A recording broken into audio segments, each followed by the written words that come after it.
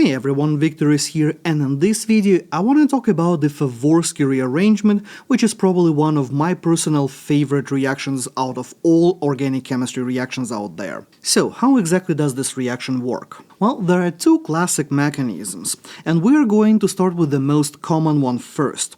Typically, we are going to start with the alpha-halogenated carbonyls, like in this case I have the alpha-chlorocyclohexanone, and since the reaction is typically done under basic conditions, we are going to start by enolization of one of our alpha positions. I have already outlined the protons that I'm going to be working with, so I'm going to be taking one of those. So I'm going to bring my base and pull one of those protons off like so, making the corresponding enolate. Now, you might ask me why we didn't pull off the hydrogen next to a chlorine. That hydrogen must be more acidic, and it is, yes, but enolizing that position doesn't really get us anywhere. That's why we don't usually even look at that direction, although in reality, of course, it does happen, it just doesn't get us anywhere. Now, coming back to my enolate, the next step that's going to be happening here is the intramolecular substitution reaction, where the enolate is going to displace this chlorine atom that is my leaving group, making a new carbon-carbon bond, essentially connecting the two alpha positions that we have next to what used to be our carbonyl. And as a result of this intramolecular SN2 reaction, we're going to end up with the cyclopropanone intermediate, so the cyclopropanone is this part of the molecule, effectively contracting our ring from the 6-membered ring that we had to begin with into the 5-membered ring for, what is left of our molecule. Now, cyclopropanones, they are extremely unstable and quite reactive towards any kind of nucleophiles. And since we're working in the basic conditions in the presence of ethoxide, the ethoxide is the perfect nucleophile here, which is going to come in, attack our carbonyl, giving us the following tetrahedral intermediate, which very quickly going to open the 3-membered ring. So these electrons go here, we're going to open our 3-membered ring, giving us our next carb anionic intermediate,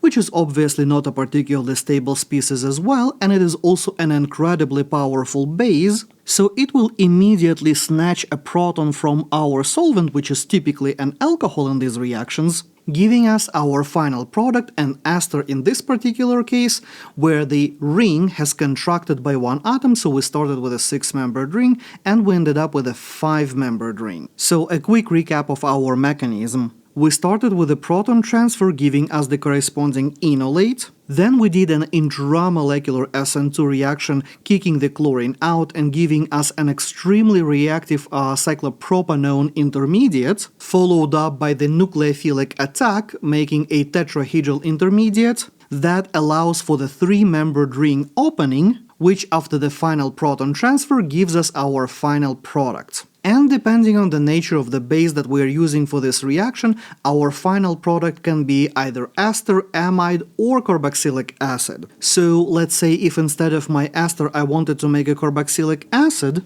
I could start with exactly the same starting material, but instead of sodium ethoxide, I would treat it with aqueous sodium hydroxide, which would give me the corresponding carboxylate since we are still working on the basic conditions. So I would have to do the acidic aqueous workup to protonate my molecule and get the final carboxylic acid as my final product. Favorskii rearrangement is a really fun reaction and it works really well for ring contractions, especially when we are dealing with 6 or larger membered rings. For instance, here is a 10-membered ring, and if I subject it to the Favorskii rearrangement conditions, I would end up with the corresponding 9-membered ring as a product. Now, when it comes to the small rings, that's where things become a little bit more interesting. If I try to pull that trick with, let's say, a 5-membered ring, then instead of a product, I'm just going to get a bunch of tar that I'm going to throw away with the flask. But maybe there is something to do with the base. I'm using potassium hydroxide here.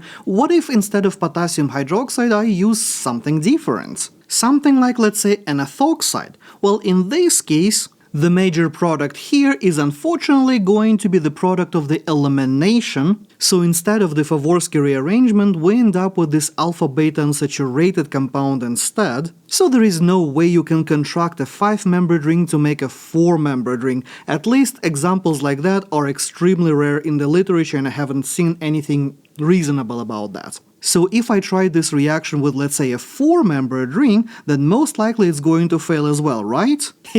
Wrong, because it actually does work for smaller rings. Here is, for instance, a somewhat recent article from 2013 by Audrey Ross from Samuel Danishevsky's lab, where they used exactly this reaction to do the ring contraction and go from the 4-membered ring to the 3-membered ring. I will leave the link in the description so you can check it out for yourself. This paper has everything I love about organic chemistry. We have the Diels-Alder reaction, then we have the Favorskii rearrangement. It's just awesome and brilliant. But back to our chemistry here. So how exactly would this reaction work for a small ring? So when it comes to the small rings like a 4-membered ring, the reaction sometimes is referred to as the Quasi-Favorskii reaction, or maybe a benzylic mechanism, because it proceeds through a step which is kind of similar to the benzylic rearrangement. And the difference here is that we are not going to be forming the enolate. Because if you think about that,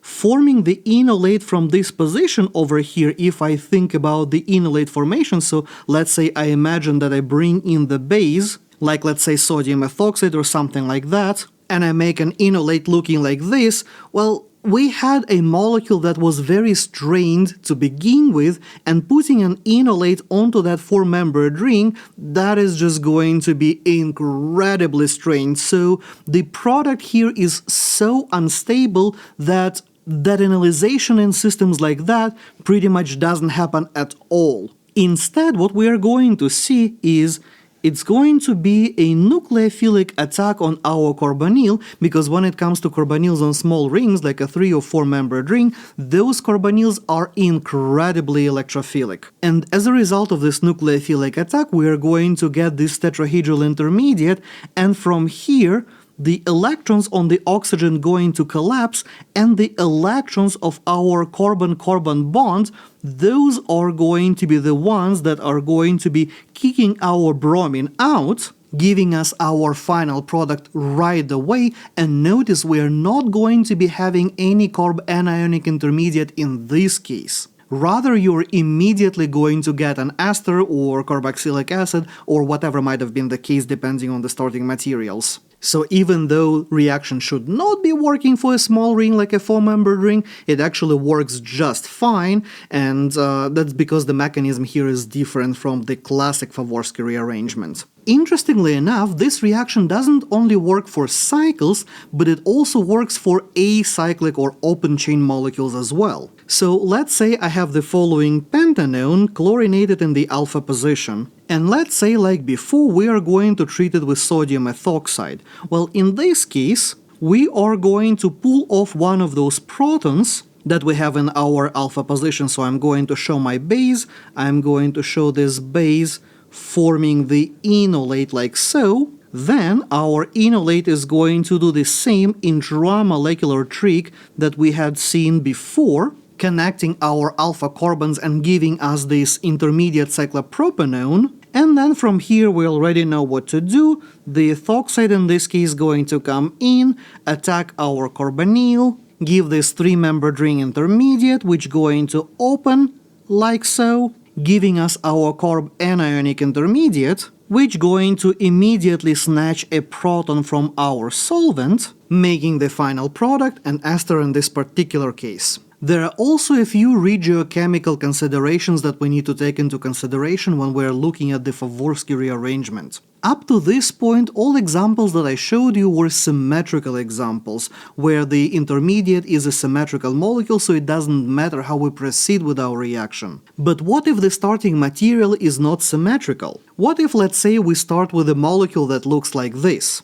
And like in the previous examples, I'm going to treat it with sodium ethoxide in ethanol as a solvent.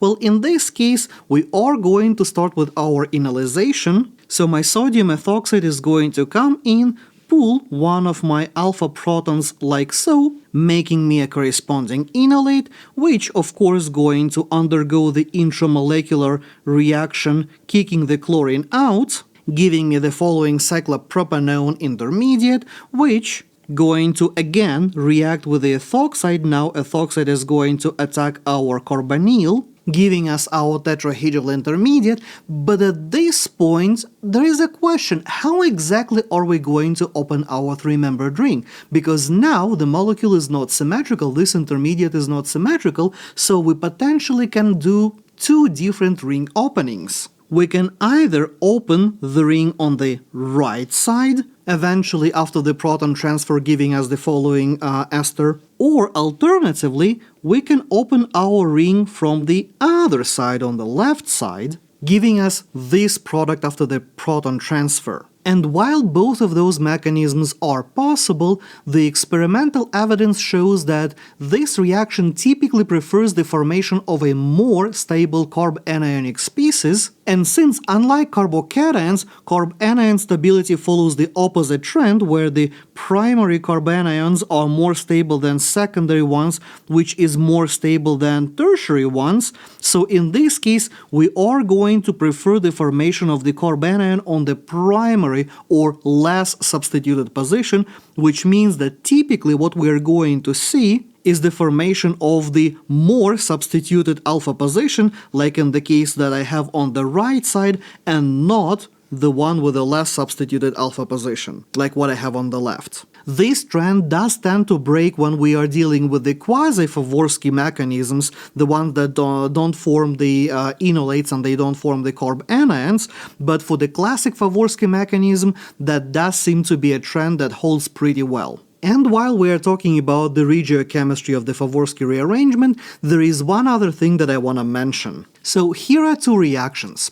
If you carefully go through the mechanism of both, you will see that both of them will give you the same major product, same carboxylic acid. Now my question to you is, which reaction do you think works better? Is that the top reaction A with the more substituted halide portion, or is it a reaction B where we have a less substituted halide portion for the molecule? Before I tell the answer, go ahead, pause this video and let me know in the comments below what do you think. Now, are you ready? Did you comment your answer below? So here is the moment of truth. The more efficient reaction in this case is reaction A, that gives somewhere around 75% yield, versus the reaction B, where we actually get mostly side products. And while that might seem counterintuitive, that's actually not. Enolization happens much easier and faster at the position where we have less steric hindrances, so the CH3 group on my molecule A will enolize faster. And the tertiary position that I have for my chloride over here is actually not that big of a deal. I recently made a video on the Darzin's reaction or Darzin's condensation where I explained how those seemingly sterically hindered positions are actually not a big deal for the intramolecular reactions, especially for the reactions when we are forming a three-membered ring. Here, the idea is also going to be very similar. The fact that this is a tertiary alkyl halide is actually not a big deal at all, and there is plenty of experimental evidence showing that these reactions work very well, even though they look like they might have some hard time reacting due to the sterics or whatnot. And since I have already mentioned the side reactions here, let's talk a little bit more about that as well. If I go back to my original example where I have this alpha-chlorinated cyclohexanone, and if I subject it to the Favorskii conditions, which is going to be something like sodium ethoxide in alcohol, then in addition to our main product that we want to get out of this reaction, which is this ester with a 5-membered ring, ethyl cyclopentane carboxylate if you want the IUPAC name for that, we're also going to get an epoxy ether, an alpha-beta unsaturated carbonyl, a substitution product, and a few other things. But based on the literature, the side products that we have on this reaction don't seem to be too big of a deal if reaction is done properly. For instance, the reaction with chlorocyclohexanone is a well-documented transformation that gives about 60% yield, which means that all of our side reactions, they are still present, but they are not the predominant product or the outcome of this reaction. Also, if you look up the classic cubane synthesis, the Favorskii rearrangement there has been used twice.